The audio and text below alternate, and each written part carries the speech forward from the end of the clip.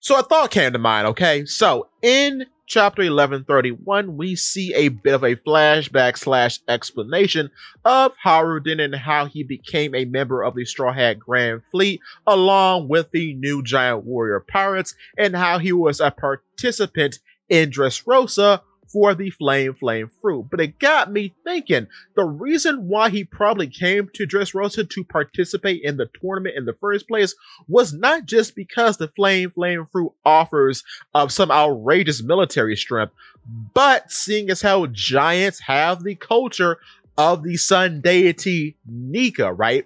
It would make sense to me that someone would think that a user of the flame fruit could technically be the sun deity because you are a person now made of fire.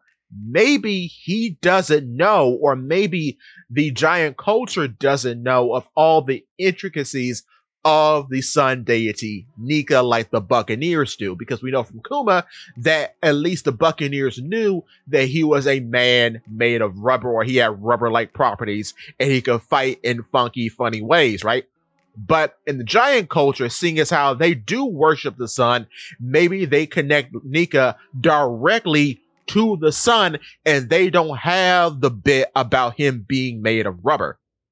So I could think a person would then put two and two together and say, well, in being like the sun, being made of fire would make sense. So if I, Hajrudin, go to this tournament and get the flame fruit, I actually would be the sun deity NIKA and not my brother Loki, despite his wild claims and his devil fruit, because the devil fruit could be, like I've talked about in other videos, that could be some sort of rubber or resin fruit that's very similar to the idea of NIKA because he's described as such. So maybe, I don't know, Loki could be more well-read than his brother. That's a possibility because he does seem to be the smarter of the two, just from the little bit that we've seen of him so far.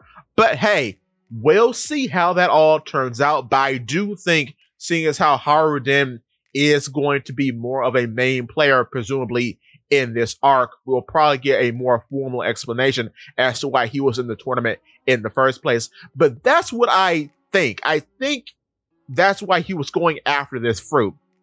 And it's very interesting, too, that if it works out this way, you would have one brother with stretchy rubber powers and another brother going after flame powers, which was another parallel, you can say, between Luffy and Ace in this arc with Hajrudin and his younger brother Loki, especially with Loki being the younger brother, like how Luffy is the younger brother, and Hajrudin being the older brother, how like Ace was the older brother. Very interesting indeed.